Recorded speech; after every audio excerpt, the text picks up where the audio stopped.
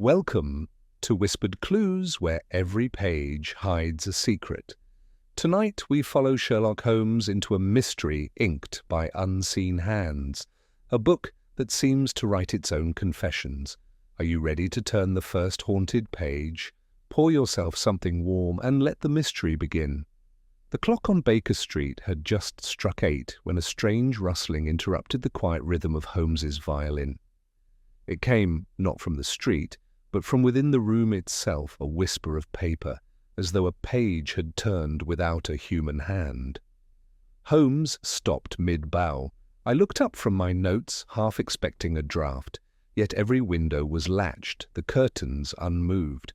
The faint sound came again, deliberate, crisp, uncanny.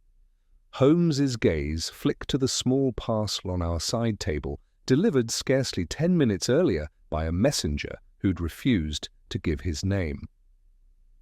The brown wrapping, neatly tied with string, bore a single line in spidery ink for Mr. Sherlock Holmes by its author. "Watson," he said softly, "if ever I doubted the persistence of the impossible, this evening corrects me." He untied the string, his fingers calm but precise. The paper fell open to reveal a slender book bound in deep green, the kind one might find in an antiquarian's corner. But this volume had no publisher's mark, no author's name, only the title stamped in faded gold, "The Book That Wrote Itself." Holmes turned a few pages. Each was blank, completely, not a letter, not a watermark. Yet as he held it under the lamp, faint impressions began to form like mist, condensing into words. I stepped closer. "Good heavens, Holmes, do you see that?" He raised a hand in silence. The words were writing themselves, one by one, in thin black ink that spread like veins across the parchment. They formed a short sentence. "You already know who I am." For a moment neither of us spoke. Then Holmes closed the book with a snap that made the glass shade above us tremble. "The handwriting," he murmured, "is precise, confident of a man educated but not vain. The use of the second person suggests a performance. Someone wants us to participate in his illusion." "Or warning," I offered. "Could it be some manner of chemical ink reacting to light?" Holmes shook his head. "No, that ink appeared upon closure of the fibers, not exposure." Observe, the script materialized while shielded. He tapped the cover, thinking aloud. "A process not of revelation, but of invention. The book writes Watson, but only when it wishes." The violin bow still trembled faintly where he had laid it on the chair. That slight vibration became, in my mind, the sound of nerves straining beneath the surface, an aural heartbeat. Holmes began pacing. We are invited, it seems, into correspondence with an unseen author. The question is, does he expect us to reply? Before I could answer, there came a third sound, the same faint rustling, this time from the mantel. There lay our morning paper unopened.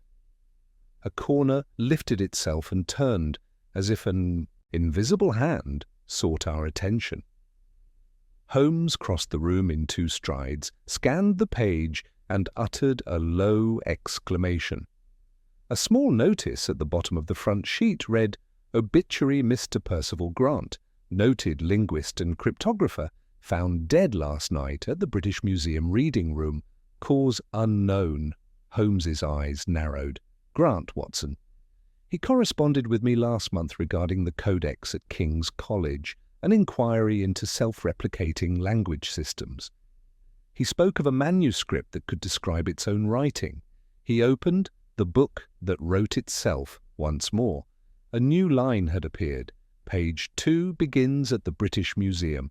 The room seemed to hold its breath." Holmes lifted his hat.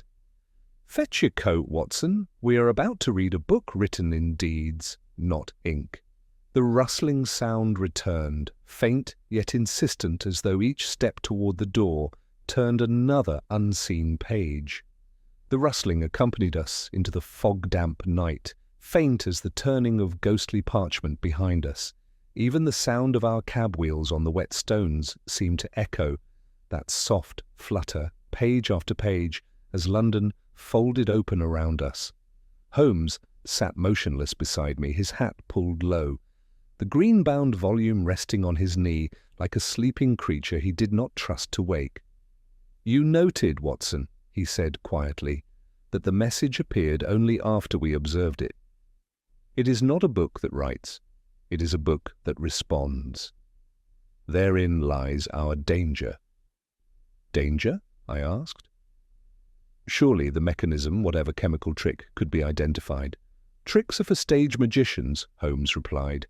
"This is theatre on a higher plane, authorship as control.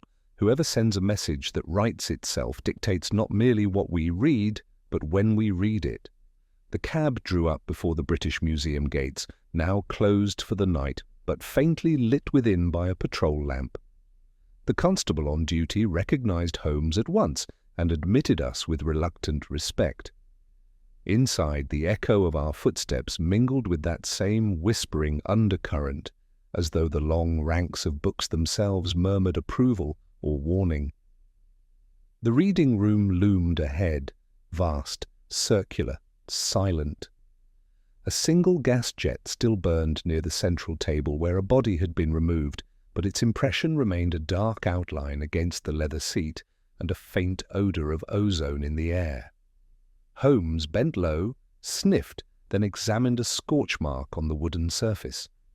Electrical discharge, yet there is no wiring here beyond the lamps.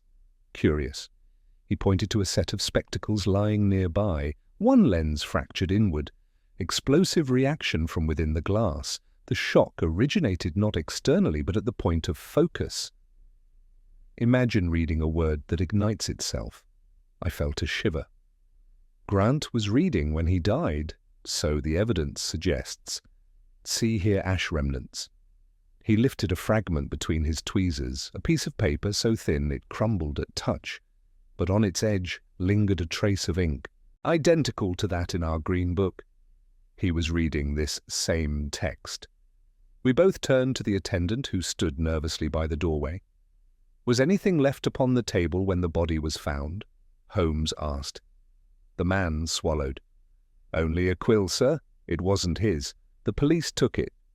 Holmes's eyes sharpened. "Describe it." "Silver handle, shaped like a serpent. The nib blackened, as though burnt." He nodded. "Serpent imagery recurring, perhaps emblematic of knowledge's temptation." "Thank you." He paced once around the table, then glanced toward the towering shelves. "Do you hear it, Watson?" At first I thought it was the faint hum of the gas, but then it came again, that same papery susurration, now emanating from the dome above, dozens of unseen leaves stirring in sympathy. Holmes's expression altered from curiosity to fascination. "The sound motif persists," he murmured. "The book is not inert, it resonates with its kin." He drew the green volume from his pocket, opened it halfway, and set it upon the table. Instantly, the sound intensified, soft but unmistakable, until the very air quivered with movement. Letters began forming on the blank pages in quick succession, lines of script appearing as if written by invisible hand. I leaned forward to read, "You follow where he fell. Do not look up." Holmes looked up at once. A single sheet detached itself from the high gallery above, drifting downward like a pale feather. It landed beside the book. He caught it before it touched the ground. The sheet bore a single sentence. He read too deeply into what reads him. Holmes slipped both book and paper into his coat. "Come, Watson, before this library decides to turn another page." As we stepped into the corridor, a low rumble shook the floor, perhaps thunder, though the night was dry. The lamps flickered for a heartbeat, the shadows themselves seemed to rearrange. Holmes's voice came low and intent. "Do you recall Grant's theory of linguistic recursion? A language capable of rewriting the mind that interprets it? Suppose someone has achieved it not metaphorically but literally. You mean this book could influence thought? Yes, command perception. Each word is an instruction written in the syntax of comprehension itself. We read, and in doing so, obey. The idea was monstrous, yet his tone left no room for melodrama. We reached the outer hall where moonlight filtered through glass, and for the first time I noticed Holmes's hand tremble slightly as he closed his coat over the book. "Holmes," I said quietly, "if such a power exists, why deliver it to you?" He smiled faintly, to prove that even reason has a margin of madness. The author tests his audience. At that instant the rustling returned, this time from within Holmes's pocket. The book was moving. He drew it out, and the pages turned themselves rapidly until they stopped at a blank spread. Across it, in fresh ink, appeared a new command. Page 3 begins, "Where ink meets death." Holmes stared at it without expression. Then softly, "There will be another victim." Before I could reply, the echo of hurried footsteps broke from the vestibule. Inspector Lestrade emerged from the mist, his face drawn. "Holmes, you're wanted at once," he said, breathless. "A man's been found in Fleet Street, dead at his desk, and you'll not believe what he was holding." Holmes's eyes met mine. "Let me guess, Lestrade. A pen shaped like a serpent." The inspector nodded slowly. Holmes adjusted his gloves. Then our author turned the page. As we followed him into the cold air, the faint flutter returned yet again, subtler now, as though the unseen hand merely waited for us to catch up with its next line. It was the sound of destiny writing faster than we could read. The sound of destiny writing faster than we could read seemed to pursue us down Fleet Street, echoing in the slant of rain that had begun to fall, soft and uneven, like ink dripped upon paper. Our cab cut through the narrow way toward the offices of the Daily Gazette, where Lestrade's men had cordoned the entrance. The light spilling from the newsroom windows wavered in the wet street like trembling handwriting. Holmes stepped out before the cab stopped fully, motion crisp, the green volume pressed flat under his arm. "Keep your eyes open, Watson," he murmured. "We are about to view the next chapter." Inside, the air was close with the scent of type ink and oil lamps. A dozen compositors stared from their desks as we passed, their whispers fluttering after us, another page turning in sound. At the far end, through an open door, a single figure lay slumped across a blotter-stained table. The pen still hung from his fingers, gleaming faintly in the lamplight silver, coiled like a serpent. Lestrade gestured grimly. "My name's Harold Crisp, senior editor. Found not 20 minutes ago. No wound, no poison, no struggle. Just gone." Holmes approached the body and bent low, eyes open, fixed pupils constricted. Same reaction we noted with Grant, but observe this: no trace of spasm in the hand. The man continued writing until the final instant. He held up the sheet before us. On it, written in a steady hand, were the words, "The book ends when the reader understands." Lestrade made a face. "Meaningless rubbish." Holmes's tone was mild. "On the contrary, a precise declaration. Our adversary seeks comprehension, not chaos." He tapped the serpent pen lightly. A faint vibration passed through it, and the same whispering sound filled the air, the rustle that had followed us from Baker Street. The inspector stepped back. "Good Lord, what is that?" Holmes placed the pen upon the desk blotter, a sympathetic resonance between instrument and text. The sound suggests invisible continuity in motion somewhere unseen. I could not help glancing toward the windows, half expecting to see lines of script forming against the night. "You believe the pen communicates with the book?" "Not communicating," he said. "Conspires." He turned the pen in his fingers and examined the nib. Burnt, as before, yet cold. No ink, only carbon residue. He sniffed it. Ozone again ionizes air from a discharge of energy at microscopic level. The mind's final spark perhaps is captured and converted. Lestrade grunted. "You're telling me this blasted thing killed him?" "I am saying, my dear Lestrade, that this object completes the act of reading. One writes, another reads, and somewhere between the two the author exists. You see, the author is not a person, it is the connection itself." His voice had grown distant, analytical, but behind it I sensed unease. The green-bound volume now emitted a faint tremor, audible even to me's slow pulse, as though its unseen pages turned in sympathy with the words spoken aloud. Holmes noticed my glance. "Yes, Watson, it listens. Every phrase concerning it is a new sentence in its composition." Lestrade looked from one to the other of us, exasperated. "If the thing's alive, lock it up." Holmes gave a brief smile.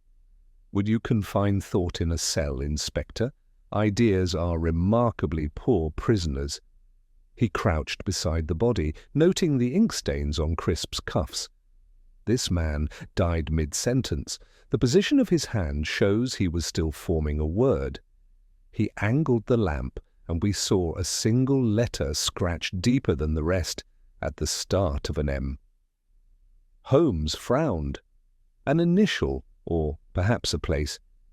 Museum possibly returning us to the first death, or manuscript. Either way, it is an attempt to direct us. He straightened abruptly.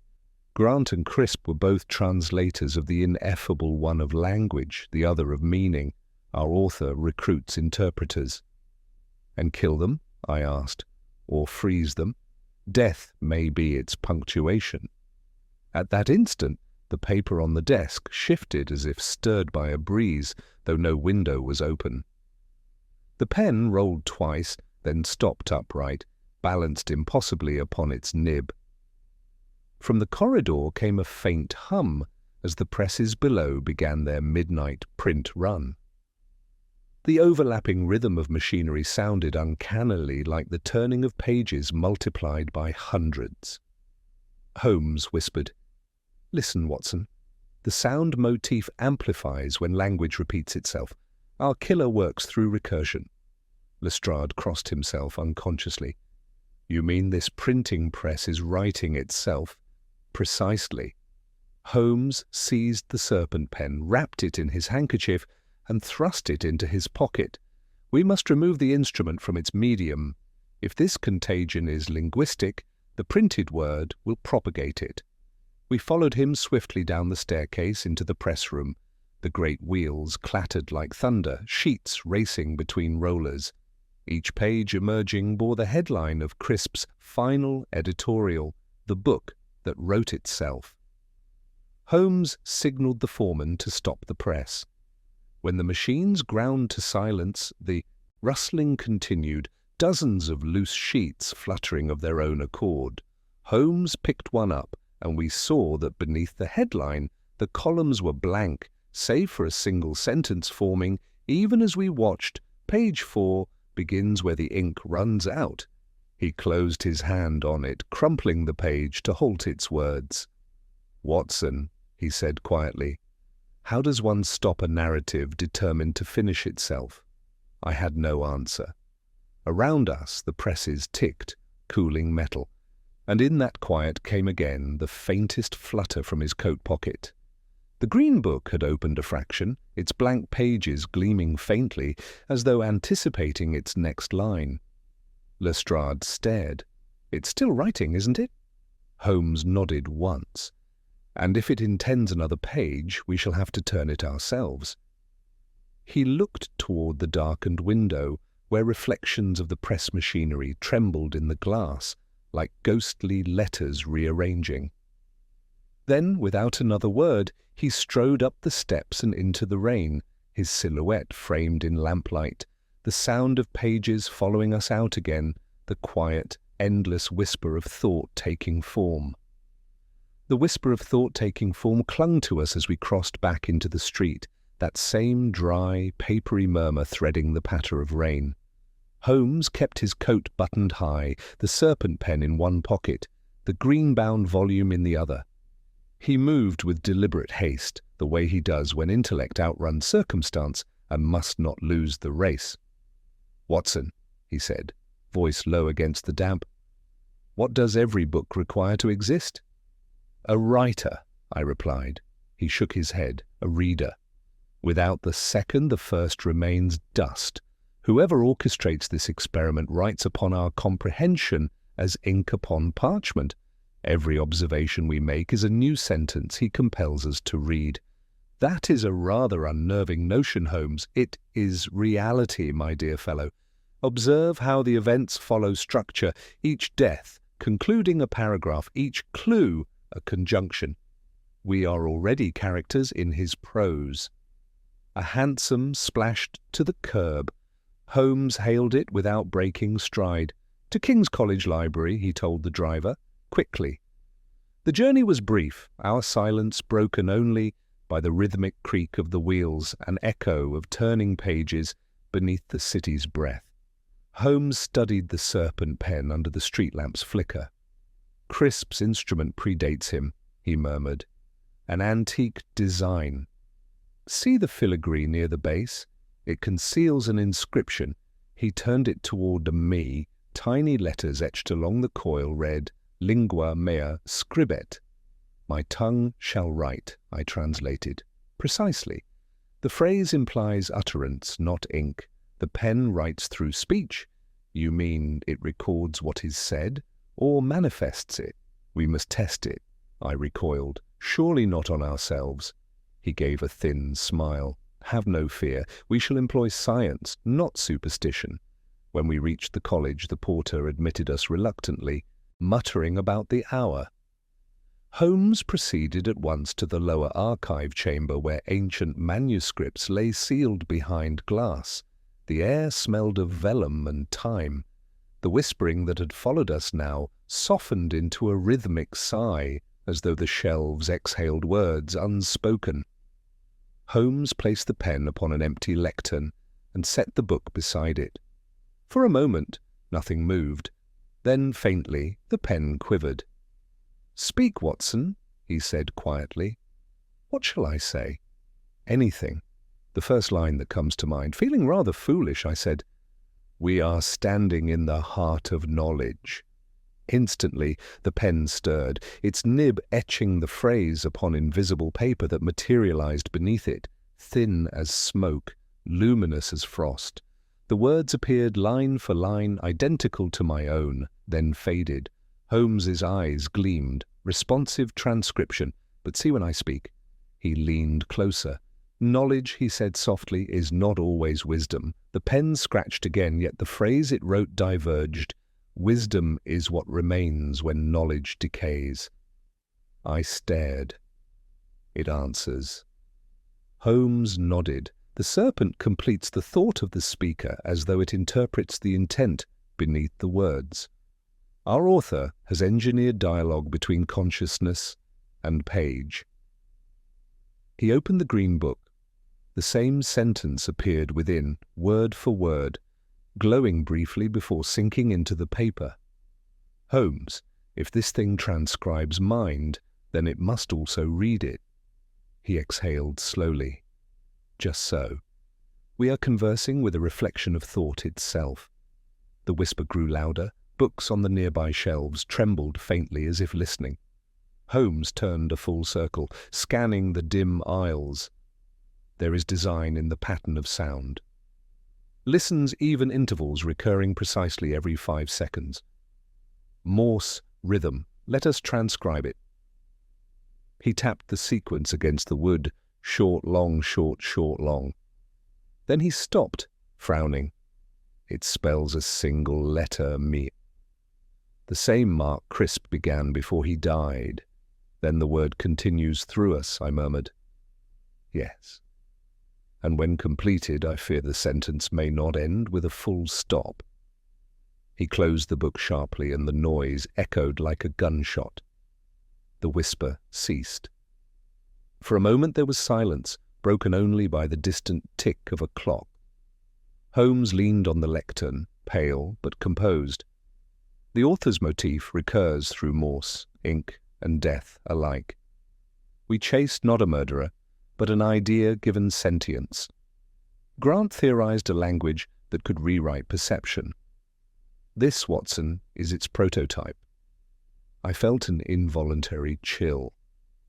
But why involve us? Because, he said, we are the only minds capable of perceiving the mechanism without succumbing to it. The author requires witnesses who can narrate his experiment to completion. The meaning of completion? Understanding, he said grimly, and comprehension may be fatal. Before I could respond, a sharp sound broke the stillness, a tearing noise, metallic yet soft, like paper ripping in reverse. The glass of the nearest display case cracked outward, and a single parchment unfurled from within. It bore an ink sketch, unmistakably of Holmes himself, standing at this very lectern, pen in hand. I seized his arm. "Holmes!"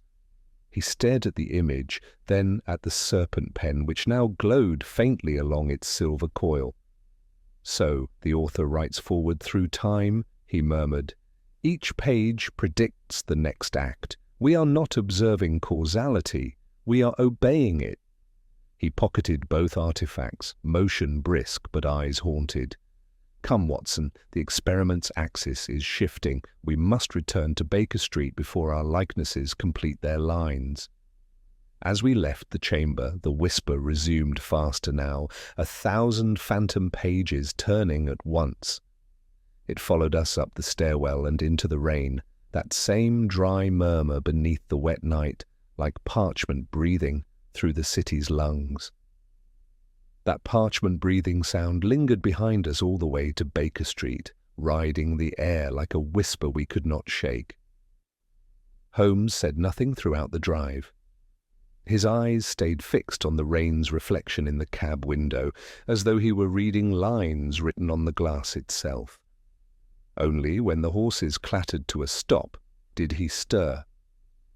"Watson," he said, still watching the streaked pane, "when a text observes its reader, what happens to privacy?" "I beg your pardon?" He turned to me. "Our every perception, every phrase has been answered within that book. Its ink is no longer passive. It consumes attention. To read is to be read." We ascended to our sitting room, the hearth low and restless. The smell of damp paper clung to my coat. Holmes crossed to his desk, cleared it with one sweep, and placed both the serpent pen and the green-bound volume before him. The violin lay nearby, its strings humming faintly from the shift in air. "That resonance again?" I murmured. He nodded. "Our most audible proof of contact. When it stirs, we are no longer alone." He opened the book. The first pages, those once blank, were now filled in delicate script, recording every event since the parcel's arrival.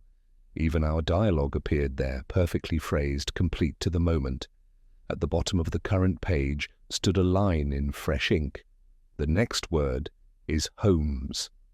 Before I could speak, the pen lifted upright. It hovered slightly above the page, trembling as though drawn by invisible magnetism, then fell still.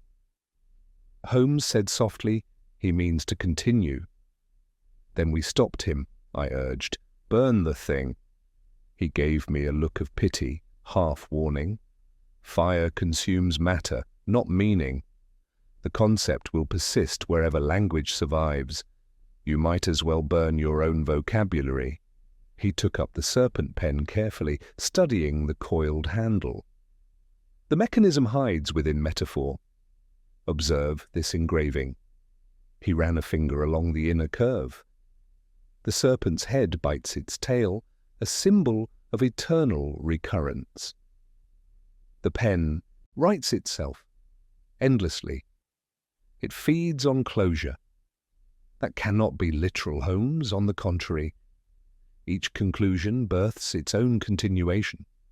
The phrase page 4 begins where the ink runs out was not poetic. It was procedural. When one narrative ends, the device initiates another through its witness. I felt the chill deepen. "Then we are the witnesses." "Yes." He leaned back, eyes narrowing. "We must find where the loop began its first author." Before I could question him further, there came a soft, distinct tapping, 3 precise beats against the window pane. The rhythm matched that of the Morse pattern we'd heard in the archive. Holmes crossed swiftly to the glass. Outside, across the street, a man stood beneath the gaslight, holding an umbrella though no rain had fallen. His hat was drawn low in his gloved hand. He carried a small case. Holmes watched him without moving. You see the tremor of his right arm. That, Watson, is not nerves, it is repetition. He mimics the rhythm of the book's turning pages. The stranger turned slightly and, noticing us, raised his free hand. In it gleamed another serpent pen, identical to ours. Then he vanished into the alley beside the tobacconist's. Holmes snatched his coat. He is the courier, or the next scribe. Quickly, we raced down the stairs and into the narrow street, our steps splashing through shallow puddles. The whispering rose again, following close, now louder than ever, a steady flutter that seemed to press against the walls. At the mouth of the alley, the man's umbrella lay discarded. Holmes stooped, touching its handle. Warm. He was here seconds ago. He pointed ahead to a low door ajar at the far end. There. We entered cautiously. The room beyond was small, lined with printing type and half-empty ink bottles.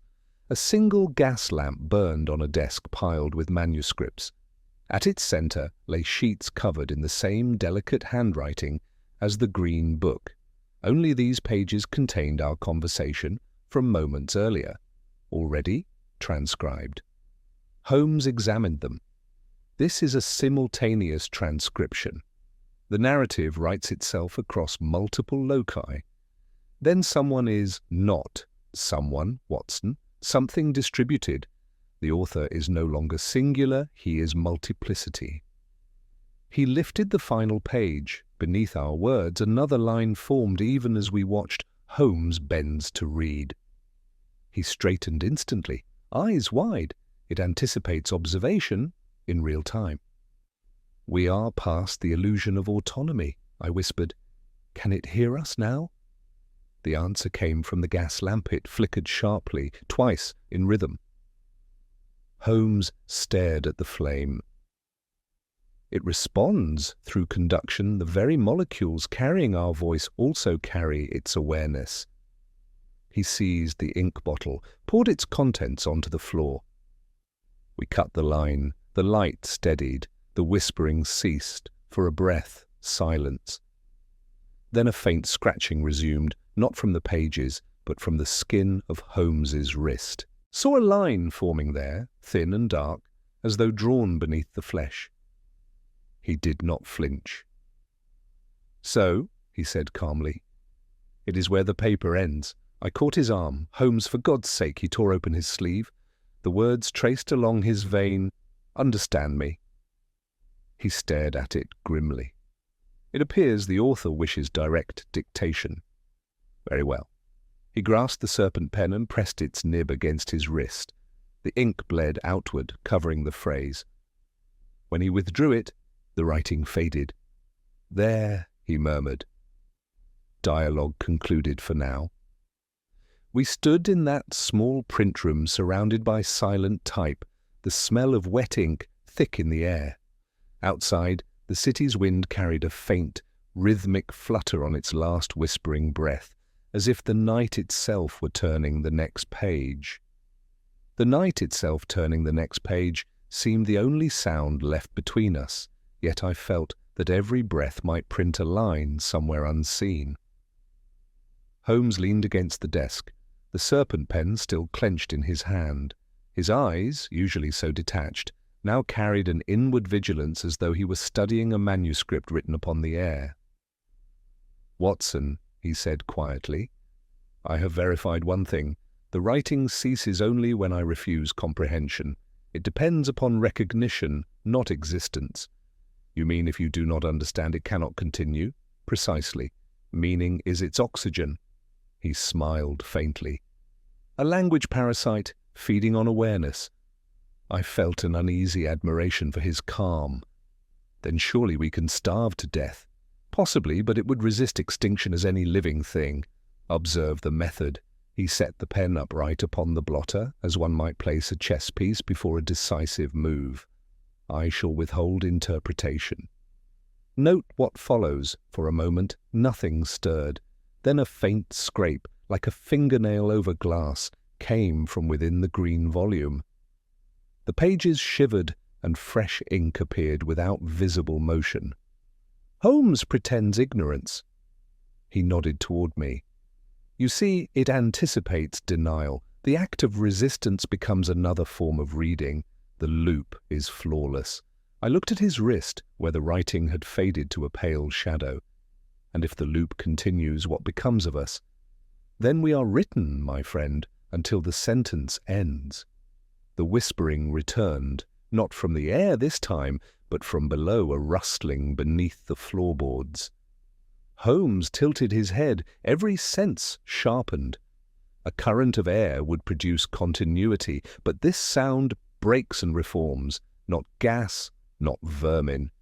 He seized a candle and held it near the baseboard. The flame quivered. Hollow space. He pried loose a plank with his knife. Beneath lay a narrow recess filled with discarded papers, their edges blackened by age. Each page bore the same looping hand. He drew one out carefully and spread it flat. At the top was a date, 1859, before my birth, I said, and before the invention of this pen's design, he murmured. Our manuscript predates its instruments. The serpent writes backward through time. He turned another page. These lines describe our present conversation nearly verbatim. I bent close. Indeed, the words on the page formed our very dialogue from seconds before, ending mid-sentence where Holmes's finger rested. He gave a short laugh. The book is no singular artifact, Watson. It is continuity itself, an eternal palimpsest recording each iteration of inquiry. Every generation of interpreter adds to its corpus and is subsumed by it. The pen trembled once, as if approving. Lestrade's voice suddenly echoed from the corridor above. "Holmes, are you down there? Blast it, man, I've been looking all over." Holmes shot me a look. "Cover the recess, quickly." We replaced the plank just as Lestrade descended, boots ringing against the steps. He looked flustered, coat soaked. "We've had another death. Same markings, same silence. A woman, this time a librarian at the college." Holmes stiffened. "Miss Latham, that's the one."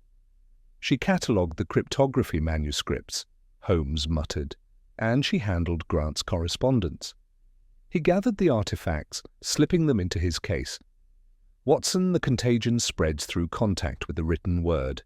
If she read the index, she invited the next page." Lestrade frowned. "You're talking riddles again." Holmes faced him sharply. "No, Inspector, riddles talk to us. Can we have minutes, perhaps less, before the final clause is inscribed?" We hurried into the street. The whisper now rode the wind itself, rising and falling with the pulse of our steps. At the edge of Bloomsbury, the lights of the college loomed dimly through the fog. Holmes pushed through the gate and into the main hall.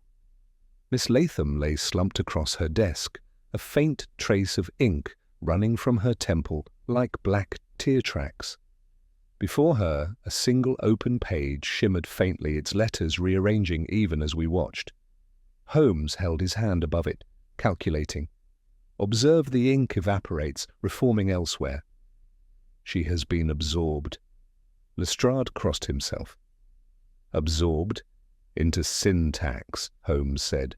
She has become part of the narrative chain. He closed the book gently, and at that moment the rustling ceased completely. The silence that followed was more terrible than the sound had ever been. I realized my own heartbeat filled the void where the motif had lived. Holmes looked up, the faintest exhaustion in his voice. "Do you hear that absence, Watson? The story waits. It knows we have paused." He opened the green book again. Across the blank middle spread new words formed with graceful inevitability. Page 7 begins when the listener breathes. He closed it instantly, face pale. It detects the audience, not just us. Watson, the observer beyond us, the reader, the one who completes the loop. I felt the room tilt with the enormity of it. You mean whoever follows this account will continue it? He finished grimly. Each reading reanimates the construct. To tell the story is to summon it. Lestrade's voice cracked. Then for heaven's sake, stop telling it. Holmes's eyes burned with defiance. To halt narration is to freeze in ignorance, and ignorance, as we have seen, is not protection, but invitation. We must finish the sentence before it finishes us. He lifted the serpent pen again, holding it between thumb and forefinger. Every word must end somewhere. Even infinity requires punctuation. He placed the nib against the closed book's cover. For an instant the entire volume shuddered. Emitting a low, steady hum, the motif transformed into one continuous tone. The gaslight dimmed to near darkness. "Holmes!" I shouted. He did not look up.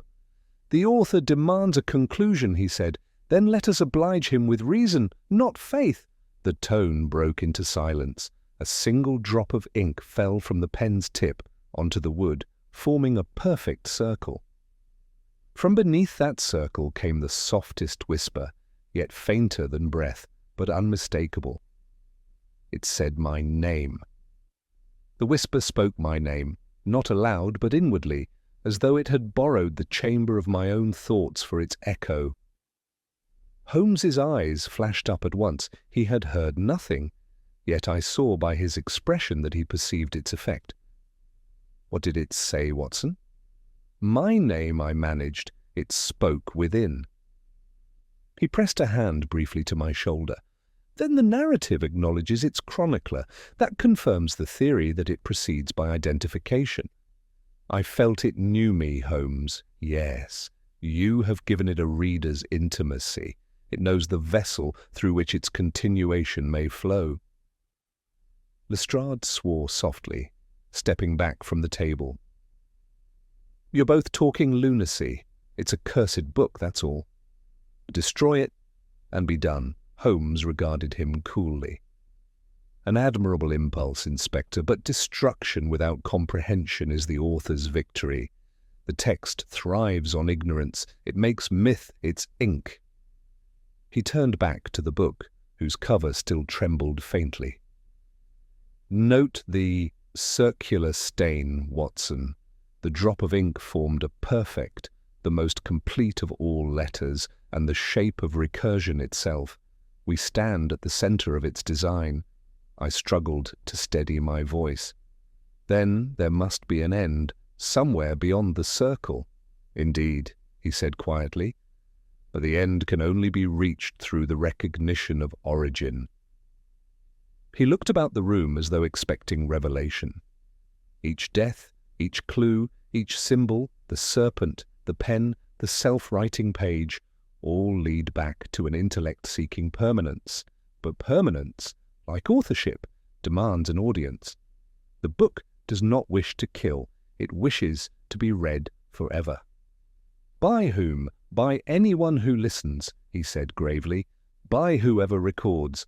I realized with a chill that he meant me. Holmes drew the serpent pen from his pocket once more. Its silver body caught the light, scales flickering as if alive. "Lestrade, has anyone else seen this device?" "Only the men who carried the bodies. Then let no one else touch it. Isolation is our only safeguard." He turned the pen slowly. "But isolation breeds silence, and silence is where words scream loudest." He took the green volume and laid it flat, its cover facing upward.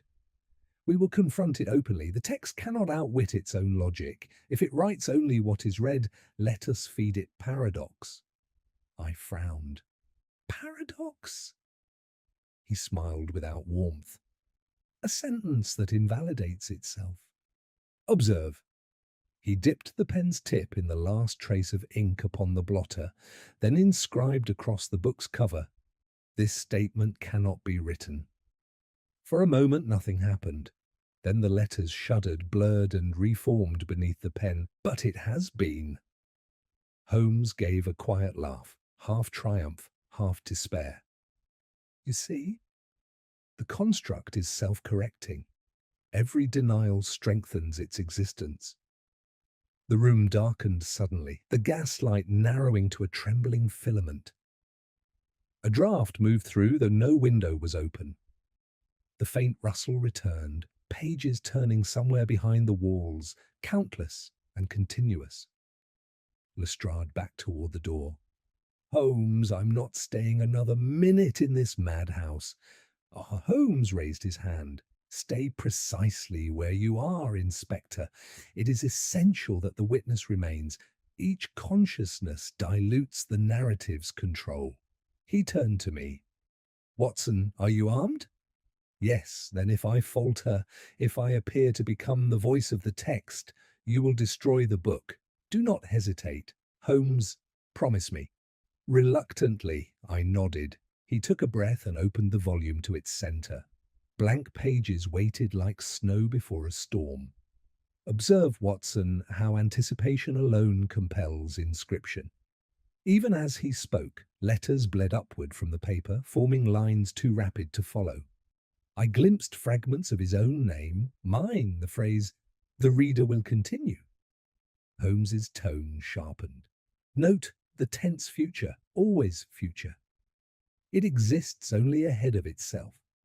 If we remove that horizon, he seized the serpent pen and struck its nib through the page. The ink splattered outward in a perfect ring. The whispering shrieked once, and the gaslight flared back to life.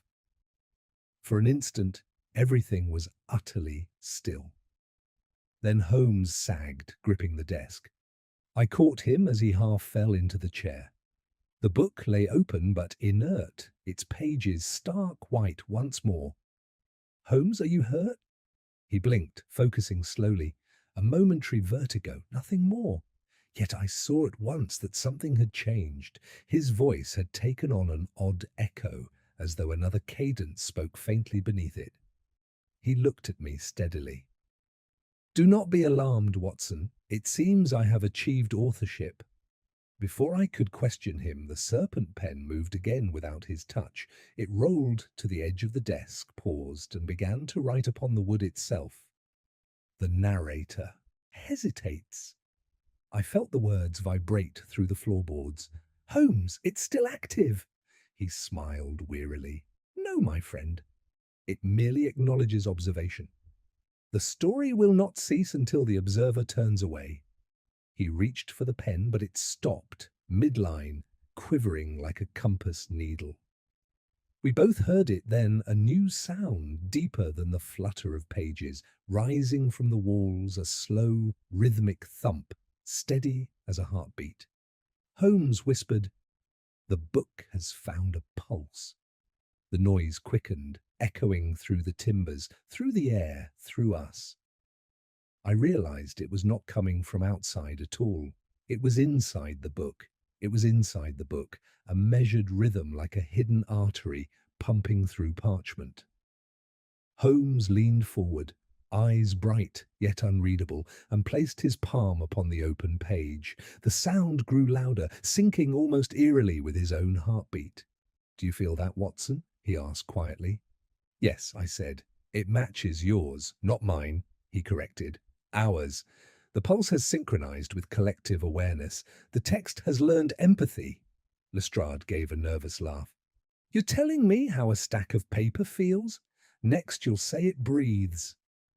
Holmes turned his gaze upon him.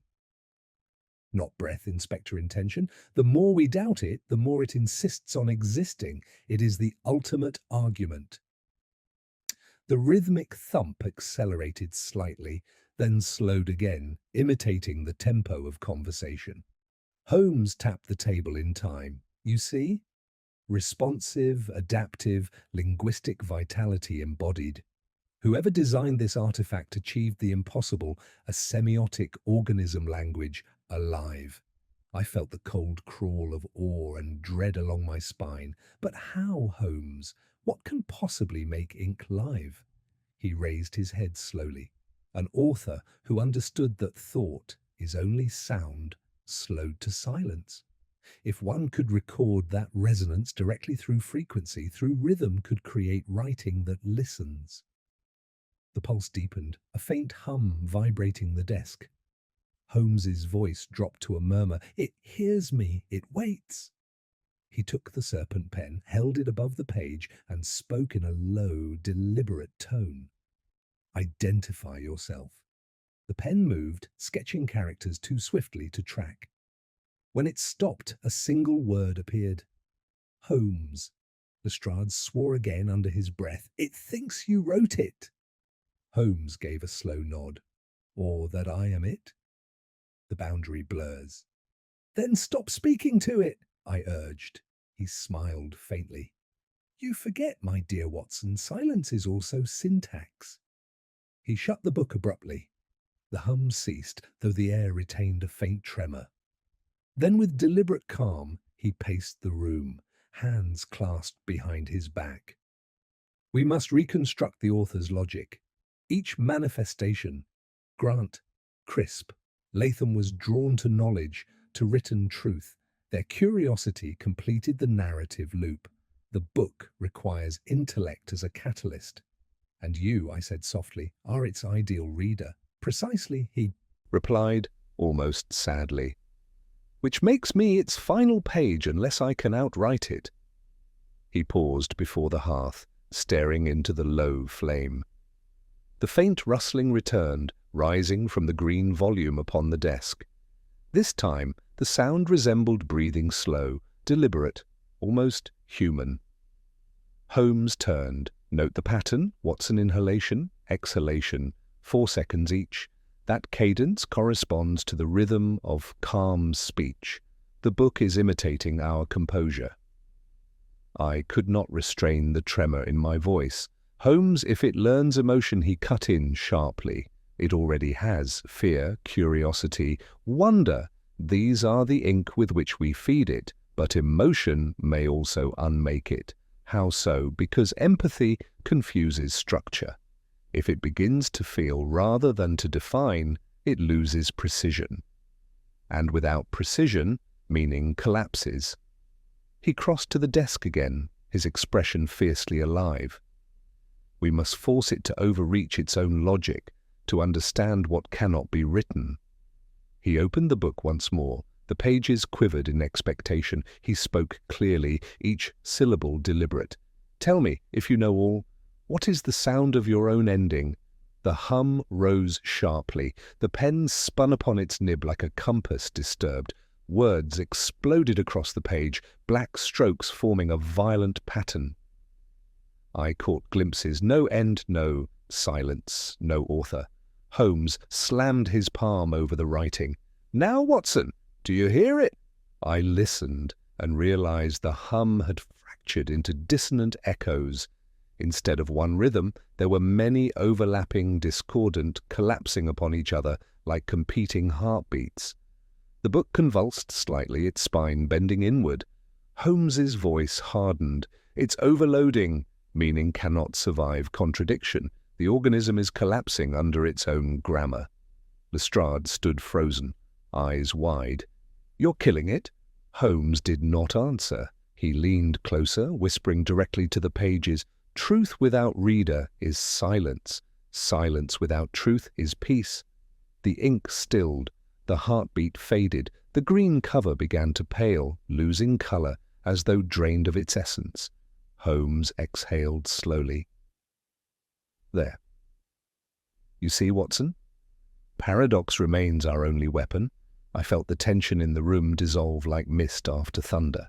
The silence that followed was not empty, it was restorative, human. Even Lestrade seemed to sense the shift, letting out a long breath. Then faintly, the violin string on the chair behind us quivered the same note that had opened the entire affair. The motif returned, softer now, reflective rather than foreboding.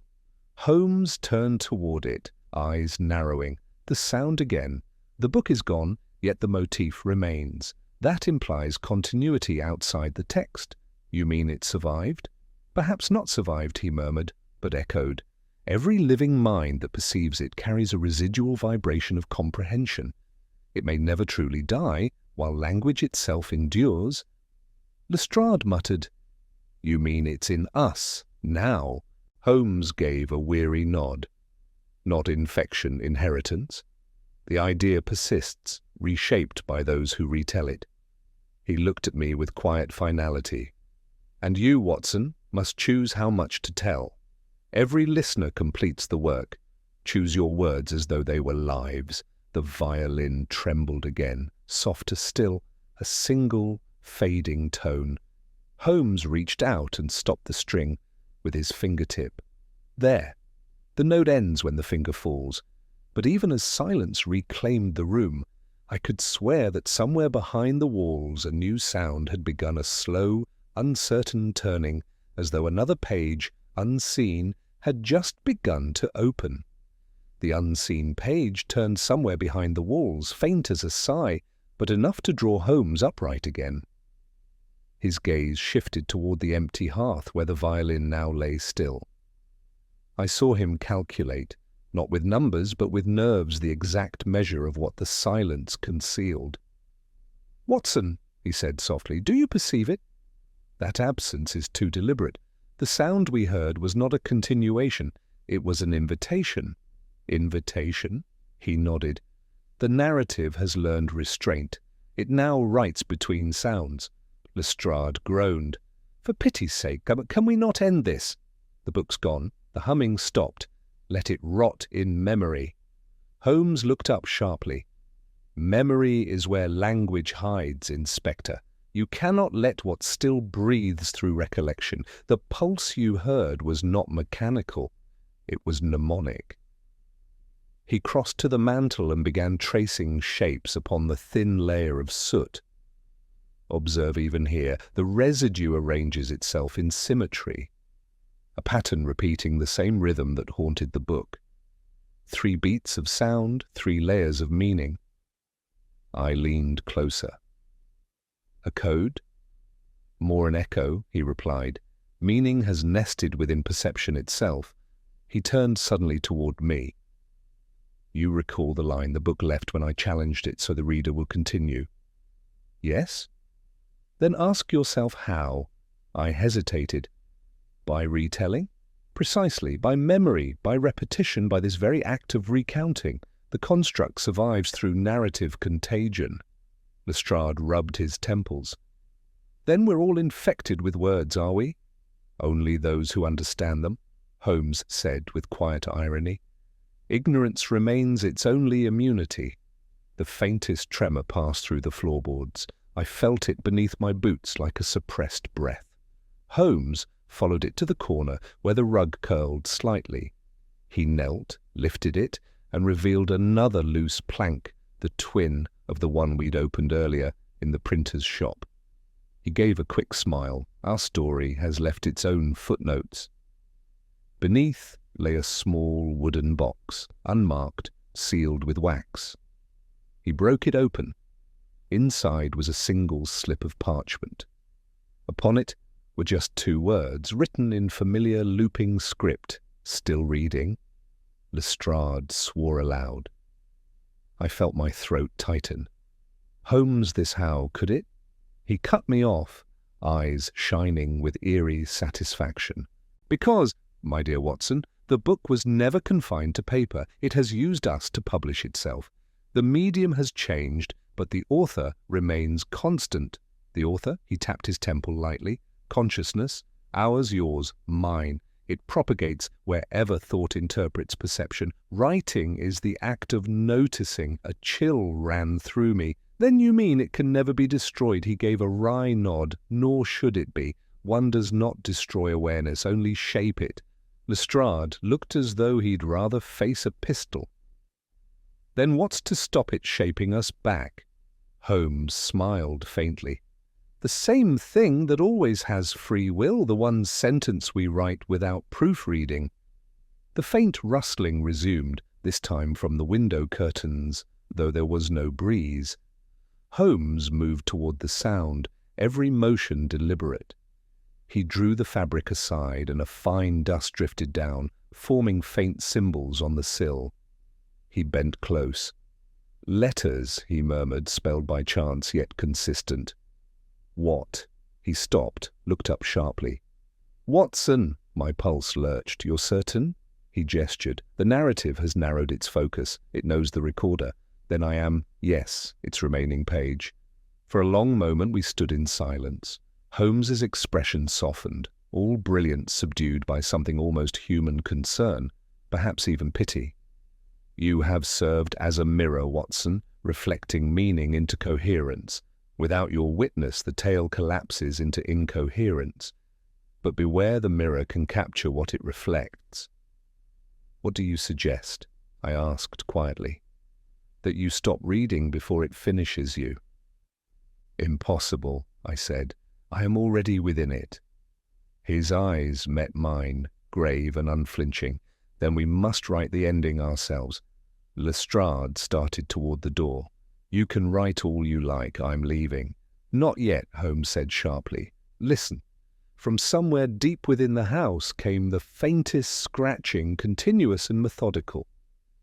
I knew that the serpent pen sounded at work. Holmes moved swiftly, following it to the desk. The pen lay upon the wood, moving by itself in measured strokes. Words appeared where none had been. Holmes dictates, Watson records. He stared at it with a strange calm. There it is, Watson, the reflection made manifest, our own narrative writing itself. I stepped closer. Then every word. "Yes," he said quietly. "Every syllable, every line transcribes our speech before we complete it. The case is not unfolding in time, it is being read into existence." The pen halted, then, with deliberate grace, it wrote a single new line. "When the recorder ceases, so ends the story." Holmes exhaled slowly. "So the instrument states its dependence. It cannot persist without the act of telling. Then what must I do?" He looked at me long and steadily. "Do nothing, Watson. That is the most difficult form of authorship." The pen trembled, uncertain. The scratching grew fainter, uneven. The sound faltered, like breath nearing its end. Then, with a final twitch, the nib broke clean in two. Holmes reached out and brushed the fragments into his palm. "There," he whispered. The syntax collapses when attention ceases. The silence that followed was total, yet it pulsed faintly in the air, as if the room itself still remembered the rhythm of that vanished heartbeat. Holmes turned to me. "You see now, Watson, the author was never hidden. It was the moment we believed the story required one. And then from somewhere deep within the chimney flue came a soft, unmistakable sound, the quiet flutter of a single page turning, slow and expectant. The soft flutter of that unseen page held us transfixed. It came from the chimney, slow and deliberate, as though the house itself had drawn breath and was about to speak. Holmes was already moving. He seized the poker from beside the hearth, stirred the ashes, and a gust of air exhaled from the flue, carrying a single scrap of charred paper into the room. It landed between us, still smouldering. Holmes pinned it under the poker's tip. "Do you see the ink?" I leaned closer. "Yes, though it appears fresh." "Exactly," he murmured. "Even now I write." The fragment darkened, and words surfaced in glistening black. "You have come far enough. The last line waits below." Holmes met my gaze, and in that instant we both understood. "Cellar," he said simply.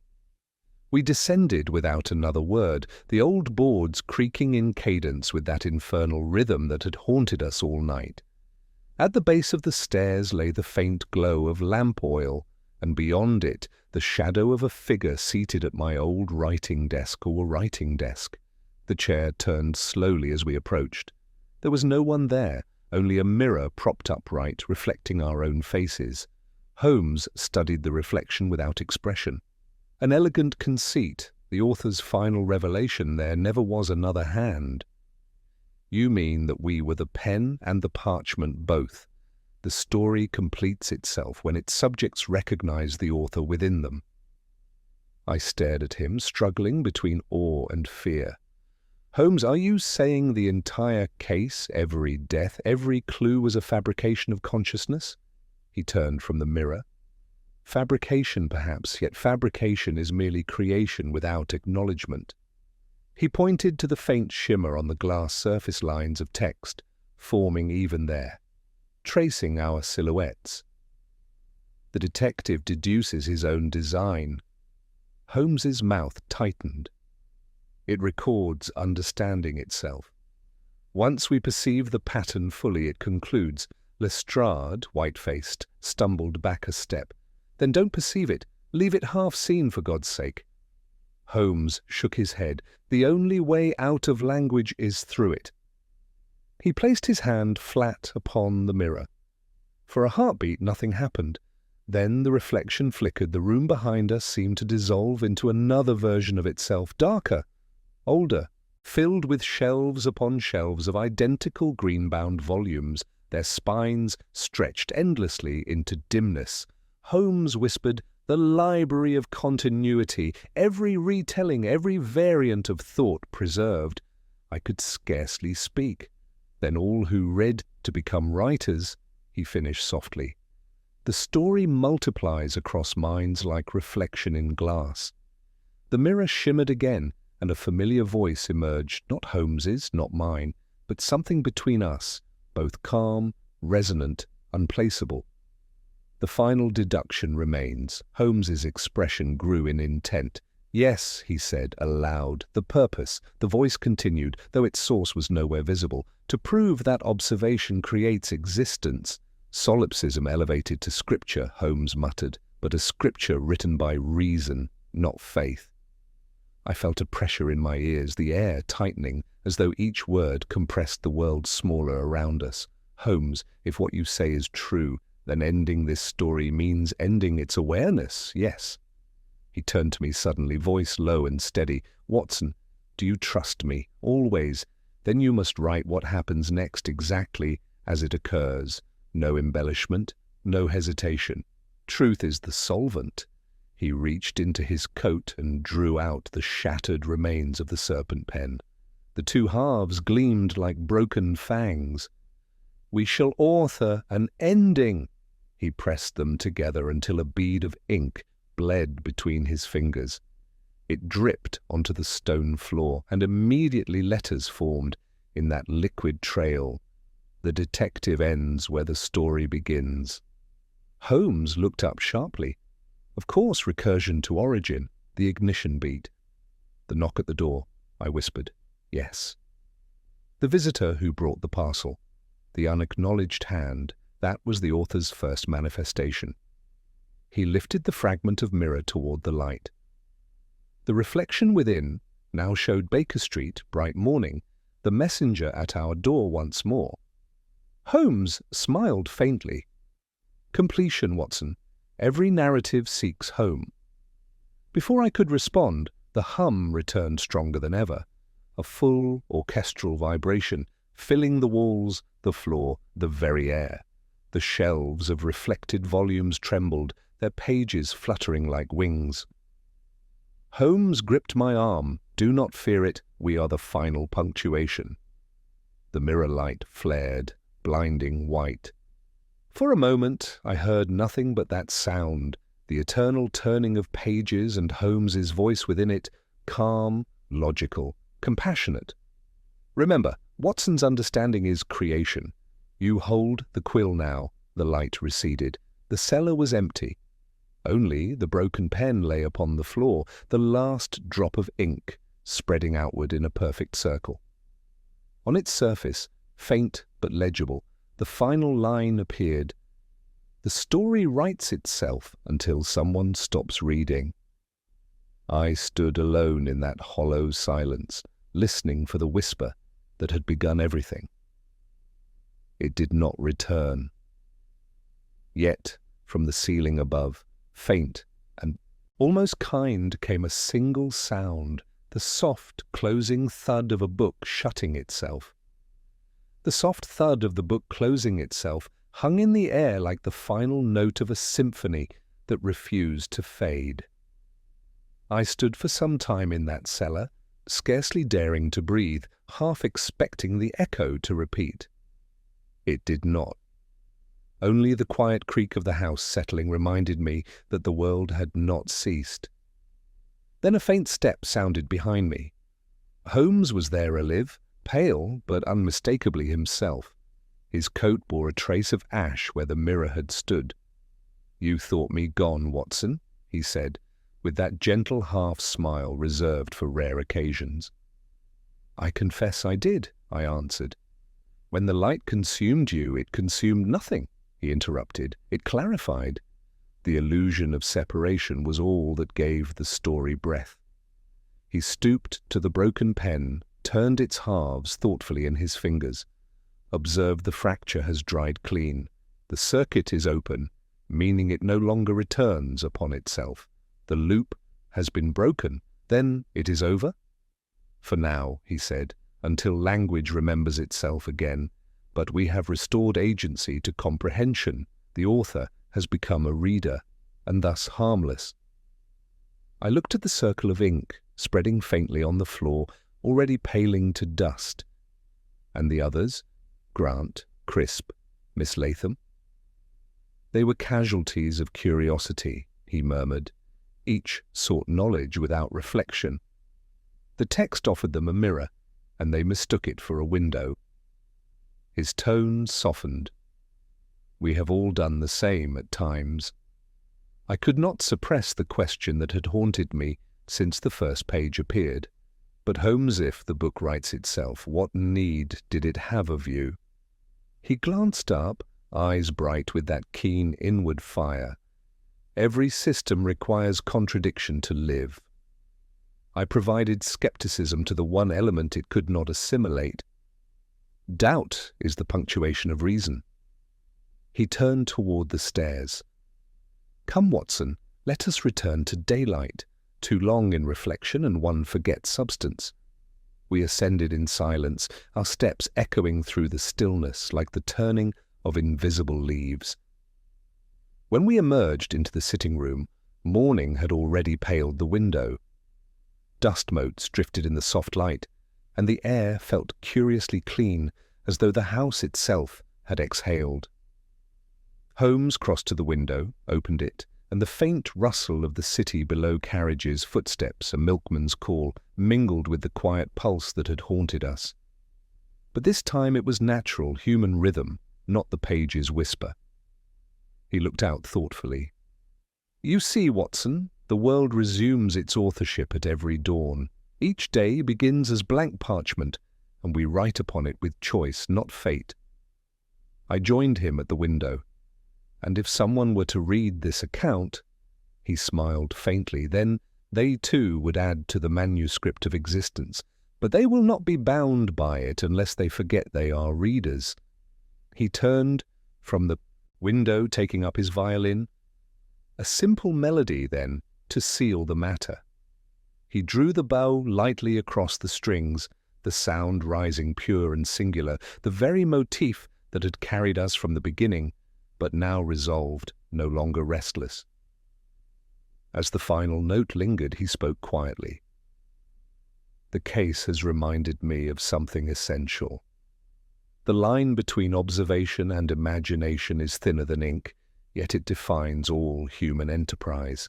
The scientist seeks proof, the artist seeks meaning, the detective merely listens for coherence."